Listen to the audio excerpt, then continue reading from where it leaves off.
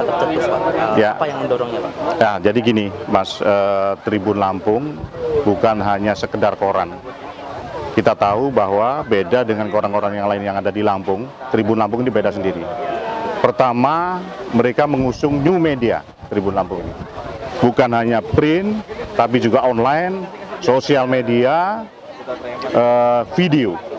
Bahkan kita juga mempunyai teknologi drone, jadi lengkap. Nah, selain bisnis media, Tribun Lampung juga punya mengembangkan diri sebagai event organizer, EO. Kemudian juga kita punya Tribun Family Card. Jadi intinya Tribun Lampung sudah mengalami diversifikasi usaha tidak sekedar koran.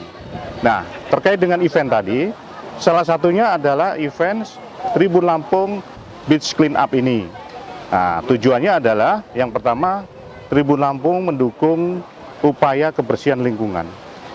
Kemudian terkait juga pariwisata, juga terkait dengan sampah. Kita tahu tadi disebutkan oleh Pak Wadan maupun Pak Pol Airut, itu Tribun Lampung ini ketiga terbesar se-Indonesia.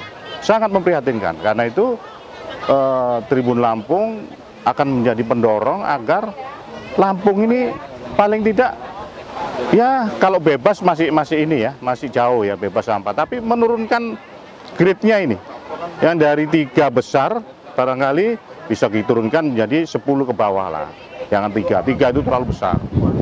Nah, tujuannya antara lain itu, Mas. Nah, dengan mengundang para komunitas, Pak, saya lihat tadi 5 lebih. Harapannya seperti apa sih, Pak? Harapannya adalah dengan mengundang komunitas, jangan dibiarkan Tribun Lampung sendiri untuk melakukan ini.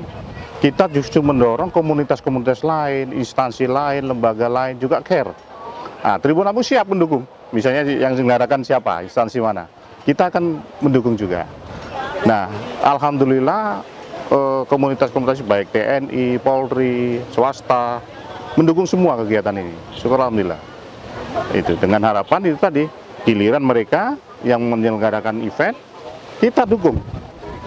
Saling mendukung. Okay.